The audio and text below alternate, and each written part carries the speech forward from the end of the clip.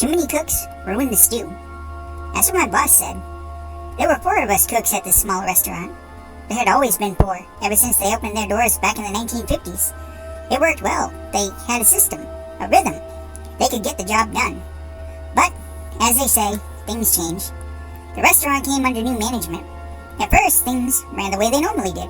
Murray, Ray, Tom, and me, we'd been the 4, as they called us, for more than 7 years. The customers loved our food and kept coming back for more. But, as you know, some people can't leave well enough alone. Our new boss was one of them. One by one, he made changes. The dining area was reorganized. The salad bar that had been there since the 70s was removed and a wine bar put in its place. All the paintings and wall art that had been there since the grand opening in 1958 were tossed in the trash.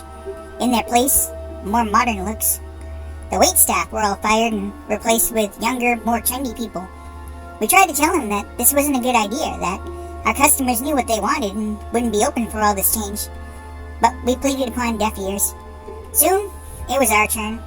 Tom was the first to be let go, then Murray and Ray soon after.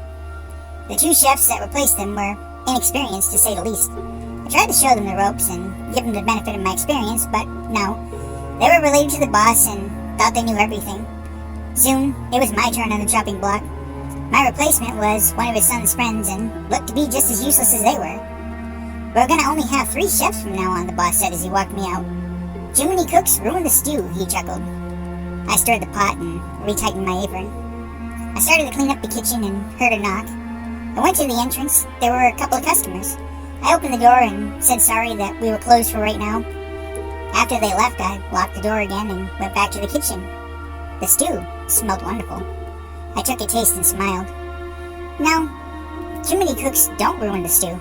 The 3 cooks in this one tasted just fine.